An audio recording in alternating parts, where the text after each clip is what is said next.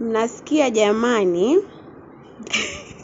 Mnaenda hapa mnaenda hii sehemu hii, unashuka mpaka kwenye setting, afu kisha data, alafu unaenda kwenye nini hapa, kwenye hii hapa, hii when connect on WiII. Unaona kwa mfano hii sehemu ya photo, audio, video. Unaona kwa mfano hii sehemu ya photo, audio, video, document zikiweka tiki, basi ujue kila kitu unachokiongea, kila kitu unachokifanya kinaenda kwa hao binadamu. Sasa kama simu yako ina sehemu kama hii, inibidi utoe hizi tiki zote, afikisha unabonyeza okay. Mpo? Asiyeelewa atanifuata inbox.